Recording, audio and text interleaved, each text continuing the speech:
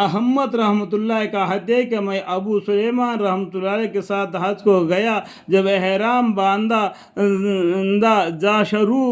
کیا تو انہوں نے لبیک نہ کہی، یہاں تک کہ ہم 1 میل چلے۔ اس کے بعد ان کو غشی آ گئی، جب غشی سے آفا ہوا تو مجھ سے کہنے لگے کہ احمد، حق تعالیٰ شانہ نے حضرت موسیٰ علیہ السلام کو طرف سے یہ وحی بھیجی تھی کہ ظالموں سے کہہ دو کہ میرا ذکر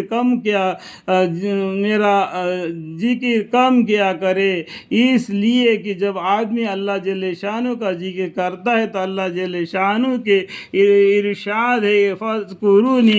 فَاذْكُرُونِي اذکرکم، تم مجھ سے یاد کرو میں تمہیں یاد کروں گا، یعنی تم اللہ کو یاد کرو گے اللہ تمہیں یاد رکھے گا۔ کہ بنا پر حق تعالیٰ شانہ بھی اسی ظالم کا ذکر کرتے ہیں، اس بنا پر فرمائے کہ میں نے اس ظالم کا ذکر لعنت کرتا ہوں۔ اس کے بعد ابو سلیمان رحمۃ اللہ نے کہا کہ احمد، مجھے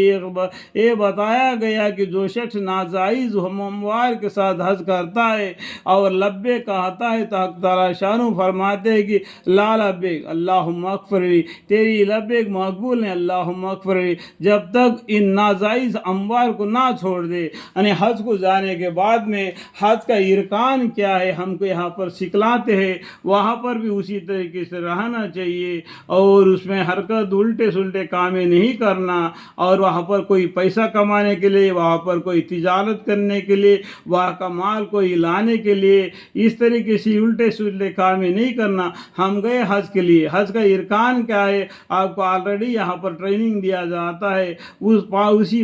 طریقے سے حج پورا کر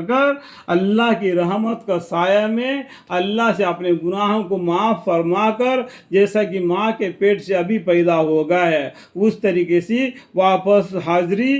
دنیا اپنے گھر آنا چاہیے، آ کر اسی طریقے سے اپنی زندگی گزارنا جس طریقے حج کے دوران میں 40 دن میں اللہ کے رحمت کا سایہ میں مکہ مکرم میں مدینہ شریف میں رہا گیا، تو اس کا چال چلن بھی یہاں پر دکھلانا چاہیے تاکہ باقی لوگوں کو بھی دل میں یہ محسوس ہو سکے کہ ہم بھی حج مبارک ادا کریں۔ الحمدللہ رب العالمین۔